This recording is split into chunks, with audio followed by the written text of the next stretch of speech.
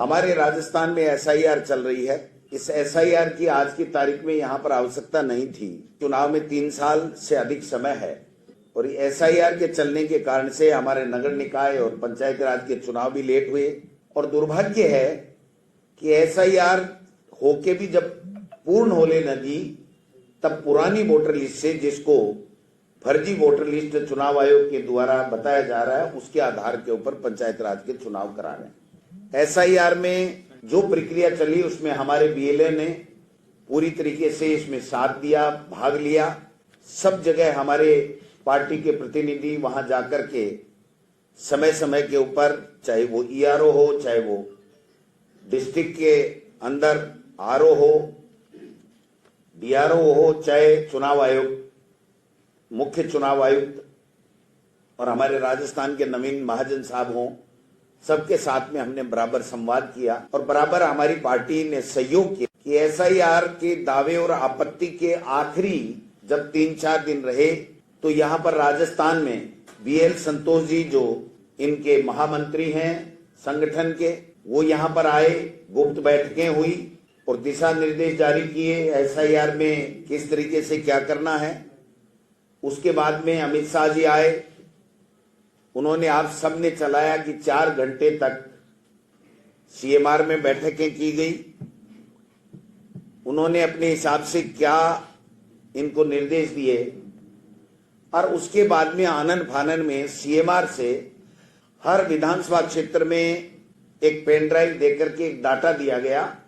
वो डाटा के आधार के ऊपर ब्लड फर्जी हस्ताक्षर करके और प्रिंटेड फॉर्म, जो पहले से किसी प्राइवेट कंपनी के द्वारा या बीजेपी के कार्यालय में भराए गए, ऐसे हजारों की संख्या में फॉर्म काफी विधानसभा क्षेत्रों में 1000, 2,000, 5,000, 7,000 इस तरीके के फॉर्म जो फर्जी हैं, कहीं भी बीएलए के कोई हस्ताक्षर नहीं है, नियमों में नहीं आ रहे हैं। क्योंकि नियम यह कहता है कि ड्राफ्ट प्रकाशन से पहले एक बीएलए प्रतिदिन 50 फॉर्म जमा करा सकता है।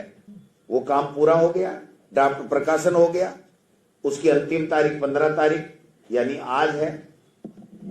और ड्राफ्ट प्रकाशन के बाद में एक बीएलए केवल 10 फॉर्म प्रतिदिन ही नाम जोड़ने या घटाने के दे सकता है और उसका डाटा चुनाव आयोग को पूरी तरीके से ऑनलाइन उपलब्ध कराना होता है, हाथों हाथ। और ऐसा कराया भी गया, 13-14 तारीख तक कराया भी गया।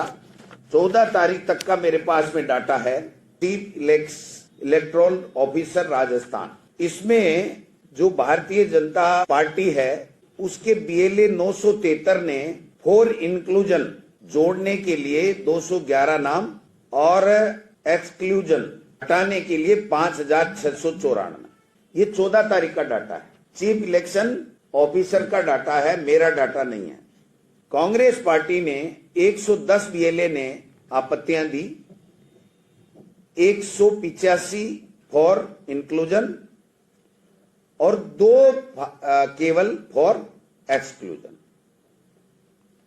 अब 14 तारीख, 13 तारीख शाम को, 15 तारीख को जो pen drive Bharatiya Janata party के नेताओं के द्वारा दिया गया और कुछ इसमें मंत्रियों को जिम्मेदारी दी गई, विधायकों और विधायक प्रत्याशियों को जिम्मेदारी दी गई और आनन फानन में काफी विधानसभा क्षेत्रों में जहां पर या तो कांग्रेस पार्टी बहुत कम मार्जिन से चुनाव जीती या कांग्रेस पार्टी अच्छे मतों से, उनका वोट बैंक ज्यादा था, जहां पर एससी, एसटी, माइनॉरिटी,